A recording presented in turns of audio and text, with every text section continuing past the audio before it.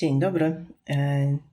Dzisiaj postanowiłam, że nagram takie krótkie wideo o czterech różnych rodzajach, czterech różnych rodzajach czy aparatów Olympusa, jakie w tym momencie są w moim posiadaniu. To się za chwilę zmieni, ale póki co mam takie cztery, więc sobie pomyślałam, że na przykład jak ja się zastanawiałam nad tym, jaki aparat kupić, to było dużo rzeczy, które mnie ciekawiły, na przykład jaka jest różnica w rozmiarze między M5 a M10. Więc dzisiaj Państwu chciałam to tak pokrótce pokazać, jak też jakie są plusy i minusy każdego korpusu. Ja tu nie będę wchodzić w dane techniczne tych aparatów, ponieważ je można sobie łatwo znaleźć w internecie i myślę, że nie ma z tym większego problemu.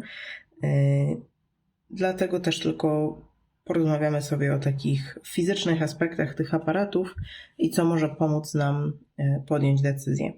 Najmniejszym i zarazem, jak się nie mylę, najstarszym aparatem jest Pen EPL7. On, jak Państwo widzicie, też jako jedyny leży na płasko, ponieważ jako jedyny nie ma wizjera elektronicznego. Dzięki temu jest najwęższy i ja go noszę sobie w torebce. Noszę go sobie w torebce w takim woreczku jakby z Olympusa też i po prostu go wsuwam tak jak jest tutaj. Obiektyw może być wyższy, ja go wsuwam do tego woreczka, wsadzam do torebki i jest to bardzo wygodne. Olympus EM10 Mark II również jest bardzo malutki. Jak tu Państwo zobaczycie, on jeśli chodzi o wysokość, to ta różnica jest bardzo delikatna. Różnica robi nam naprawdę to. Czyli ta wypustka, pod którą kryje nam się wizjer elektroniczny tutaj. No i przez to ten aparat jest już troszkę większy. Ten jest zbudowany ze stopu magnezu czy z metalu jakiegoś tam. Ten, jak się nie mylę, też. Ten też. Ten jako jedyny jest cały plastikowy. Co jeszcze tutaj chciałam Państwu powiedzieć o tych aparatach? No, ten jako jedyny nie ma wizjera. Pen F ma wizjer, ale żaden z penów nie ma oprócz Pen F wizjera. Wszystkie mają tylko i wyłącznie ekran. No więc teraz zobaczmy sobie ekran, bo one się ekranami też różnią, te aparaty. Nie różnią się wielkością tego ekranu za bardzo. One praktycznie chyba wszystkie mają tej samej wielkości ekran, tak mi się wydaje. To jest jakieś tam 3 cale czy coś takiego. Natomiast różnią się tym, jak ten ekran się odchyla. I teraz w EPL7 ekran odchyla nam się, tutaj trzeba sobie tak go trochę odblokować, idzie nam do góry na 90 stopni i idzie nam w dół, ale w dół tu już mamy taką wersję, bym powiedziała, vlogerską. Można sobie go obrócić całkowicie i skierować w swoją stronę. Tego na przykład nie ma EM10. EM10 Mark II, jego ekran tak samo możemy sobie podnieść do góry i tutaj widać, jak jest sobie podniesiony do góry. Tutaj trochę tego ekranu nam blokuje wizjer. To warto wziąć sobie pod uwagę i zobaczyć, jak będziemy z takiej żabiej perspektywy strzelać, to tyle wizjera, czy tej osłonki wizjera nam wchodzi tutaj na ekran, więc samej góry tego kadru nie widać. Natomiast jeśli chodzi o odginanie w dół, to odgina się tylko do takiego kąta. Tutaj mam nadzieję to widać. Nie odgina się bardziej, tylko tyle. Jeśli chodzi o EM5 i EM1, obydwa mają takie same te ekrany. Wydaje mi się, że one w ogóle są identyczne, te ekrany. Obydwa na przegubie możemy je robić sobie żabią perspektywę. Możemy sobie odchylić tak w bok ekran i widzieć, co jest z boku. Możemy sobie do góry podnieść aparat i widzieć, co się dzieje. A możemy sobie ekran też całkiem obrócić i mieć go jak taki ekran w penie. I dokładnie tak samo dzieje się nam w EM10. To tyle, jeśli chodzi o różnicę ekranów. Ja je sobie zamknę, żeby się nie rysowało, jak będę je obracać. Jeśli chodzi o różnicę w wizjerach, no to wiadomo, tutaj wizjera nie ma. Ten jest najmniejszy z nich wszystkich, jak się nie mylę. Ten dużo większy nie jest, chociaż nie wiem nawet, czy nie jest bardzo podobny do tego. Ta osłonka wygląda identycznie na jednym i na drugim. Ten zdecydowanie jest największy, natomiast ten jest najładniejszy, jeśli chodzi o jakość obrazu, jaka z niego jest. Przynajmniej według mnie, dla mojego oka, tak to wygląda, że ten jest najładniejszym obrazem. Dobrze, co my tu jeszcze możemy sobie powiedzieć? Wygoda użytkowania. No to bez dwóch zdań EM1 jest najwygodniejszym aparatem. On ma tutaj, tak jak widać, bardzo głęboki ten grip. On pięknie tutaj się wpasowuje, tak jak mówiłam w filmie o EM1. Nic nam tu, żadne palce nam tu nie dędają. I tu jest bardzo wygodnie i bardzo stabilnie. Wszystko tutaj ma swoje miejsce dobrze przemyślane, a do tego nie jest jakiś zbyt ciężki, zbyt duży, ten grip nie jest. Swobodnie można tutaj operować wszystkimi guzikami. Jedyne co, przy dłuższych paznokciach trudniej jest korzystać z tych dwóch guzików, ale no to jest taki dość, powiedziałabym, mały problem. Więc EM1 jak najbardziej ze względu na tą głębokość gripu jest najwygodniejsze. Drugim najbardziej wygodnym aparatem w użyciu jest EM5 Mark III. Ja byłam zaskoczona, że ten grip, który nie jest dużym gripem, ale jednak jest inny niż EM10. Zobaczcie Państwo, widzicie? On ma trochę inny kształt, bo tutaj mamy to takie zagięcie, które powoduje, że ten palec nam się nie ślizga, blokuje nam ten palec. No to jest całkiem wygodny. Ja nie mam jakichś bardzo dużych dłoni, ani bardzo długich palców. Ten mój palec no troszkę mi tu już zostaje, ale nie jest tak, że on w ogóle nie ma miejsca.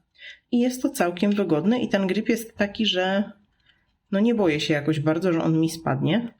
Więc ten w użytkowaniu też jest dość wygodny i jest zdecydowanie lżejszy niż EM1, tak? Tak. Chociaż, czy ja wiem, czy tak zdecydowanie? Nie, no zdecydowanie jest lżejszy, tak. Jeśli chodzi o wygodę użytkowania tych dwóch aparatów, no to ja bym powiedziała, że one są na bardzo podobnym poziomie. Choć nie wiem, czy ja nie wolę tego gripa z pena, przez to, że on trochę w inną stronę jest jakby ułożony i ja po prostu mam ten palec środkowy na nim zazwyczaj tak, bo on nie ma tutaj za bardzo żadnego gripa. Tu jest taka, tylko jak widać tu, to jest taka maleńka wypustka i ten grip też jest bardzo płytki. To pomaga w trzymaniu tego aparatu, ale tutaj przez to, że w tą stronę idzie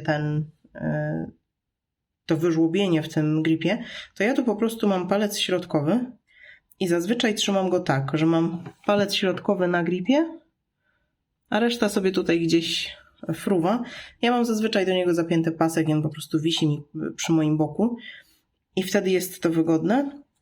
No ale nie jest to na pewno aparat, który jest wygodny do noszenia długo w ręku, ale też nie takie jest jego przeznaczenie.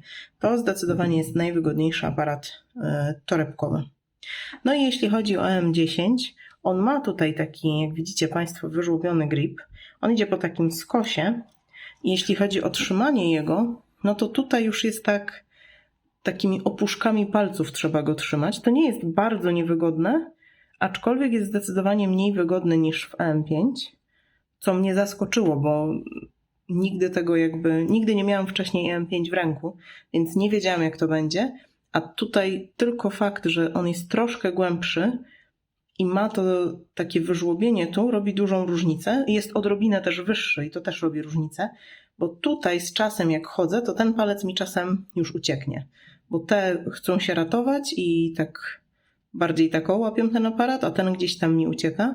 Choć wiadomo, że jak zaczynam go sobie brać w rękę i trzymać, no to mam te palce ułożone tak. Tutaj jest też fajniejszy niż w EPL ten uchwyt na kciuk, bo on jest taki, jak Państwo teraz widzicie, on jest taki bardziej tutaj zaznaczony, bardziej wystaje, więc jest po prostu wygodniejszy do trzymania.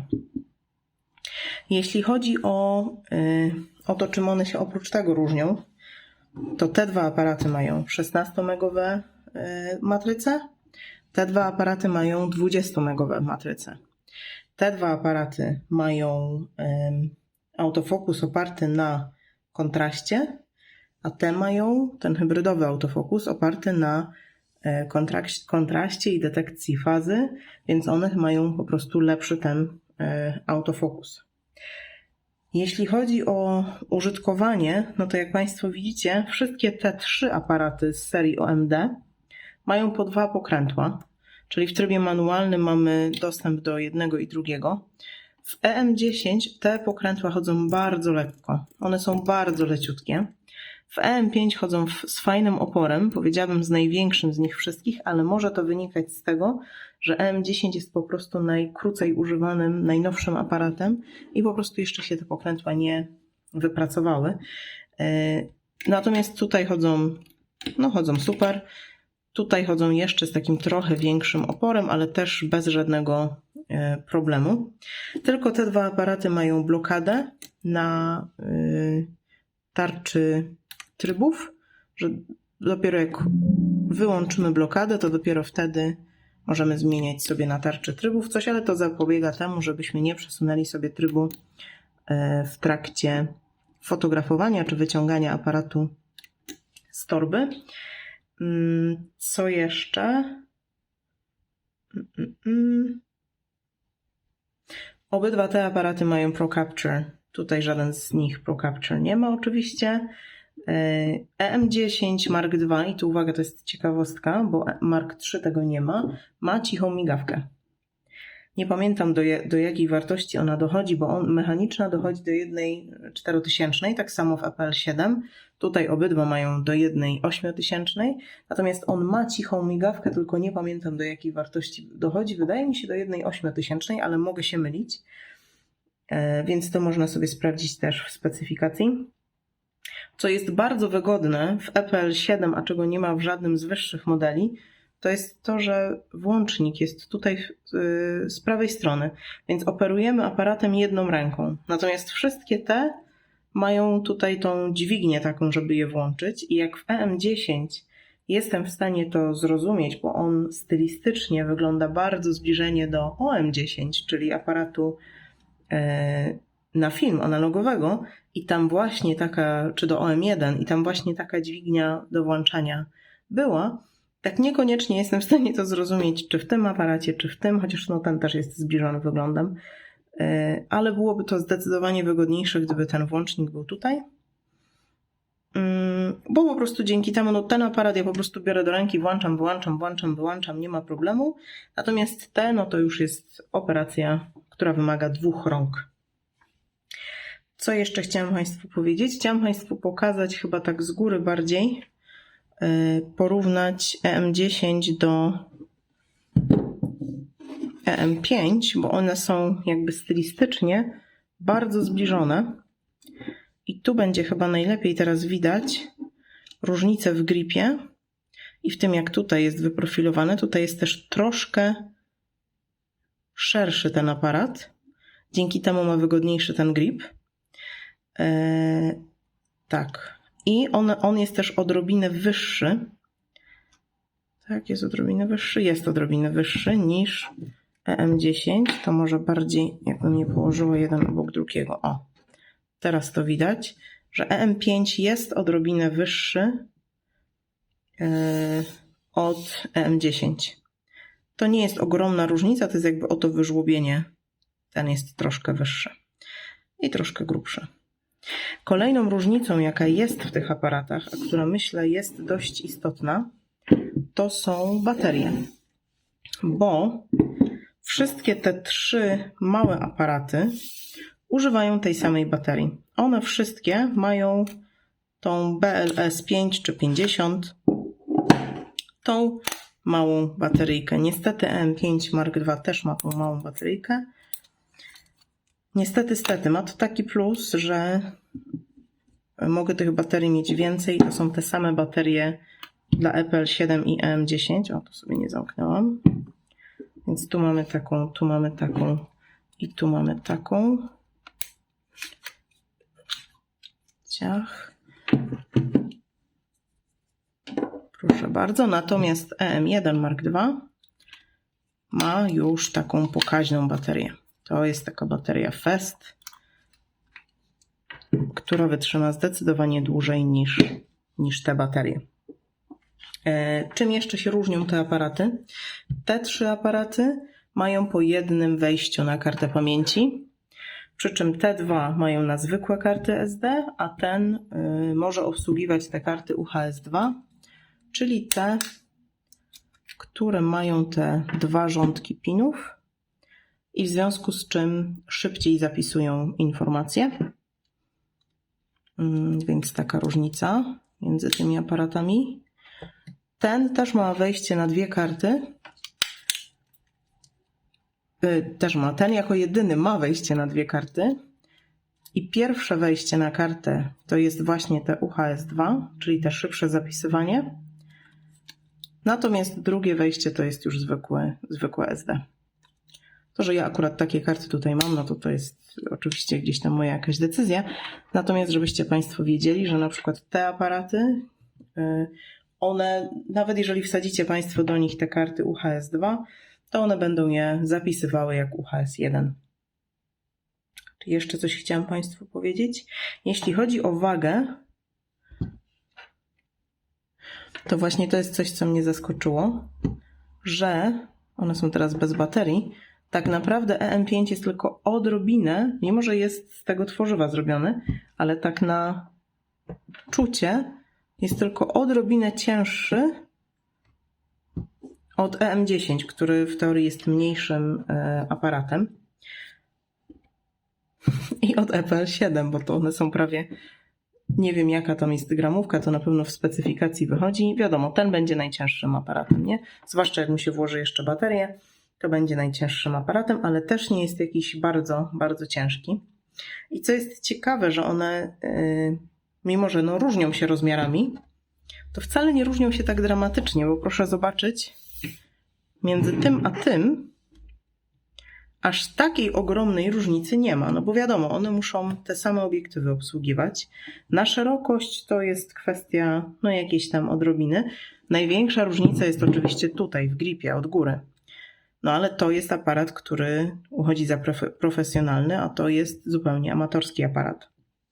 Więc Micro 4/3 jest małe całe w sobie i jeszcze tu taka, to żebyście Państwo mieli jakieś porównanie z rozmiarem, to jest wymiar zwykłej, normalnej wizytówki, więc jest tylko odrobinę dłuższe niż na przykład karta do bankomatu. Tak niewielkie są to aparaty. Tu jeszcze na przykład mogę pokazać to z ekranem, więc karta z bankomatu czy też wizytówka jest większa niż ekran. One są naprawdę niewielkie, ale to nie znaczy, że niewygodne. Jeśli chodzi o moją rękę, no to jak Państwo widzieliście, jestem w stanie każdy z nich chwycić sobie tak ręką i nie mam z tym żadnego problemu. Czy coś jeszcze chciałam Państwu tutaj powiedzieć? Chyba nie. Wszystkie mają te światełko, które pomaga w łapaniu ostrości. Aha, EM1 i EM5 mają jeszcze dodatkowe guziki funkcyjne. EM5 ma tutaj 1, EM1 ma tutaj 2. I EM5 i EM1 mają coś, czego nie mają te niższe modele, czyli mają tryby niestandardowe, czy tam tryby użytkownika, czyli C. EM5 ma 1 taki tryb, EM1 ma 3 takie tryby, natomiast w EM5 można sobie też 3 ustawić, z tym, że dojść do nich już nie jest tak wygodne jak przez po prostu użycie pokrętła. Jeśli chodzi o ilość guzików, które możemy sobie zaprogramować, to wiadomo, tutaj mamy tych guziczków mało, tu jest jeden, tu jest drugi i tu jest trzeci, bo ten nagrywania też możemy sobie na coś zaprogramować, więc tu mamy 3, które możemy sobie zaprogramować, natomiast tutaj w EM10 tych programowalnych mamy 1, 2, 3, 4, tutaj jest taki mały wystający. I tak naprawdę tyle. Jeśli chodzi o EM5, tych guziczków programowalnych mamy, 1, 2, 3, 4, 5 i jeszcze dźwignia 6. Tak, dobrze? Czy coś pominęłam? Ja chyba nic nie pominam. I 7 tutaj można też ten guzik zaprogramować. A, to przepraszam, to w AM10 ten guziczek jest tutaj z boku w takim śmiesznym miejscu. I też wydaje mi się, że można go na coś programować, ale ponieważ ten aparat nie działa, nie jestem w stanie tego teraz sprawdzić. Natomiast ten może mieć jakąś inną funkcję.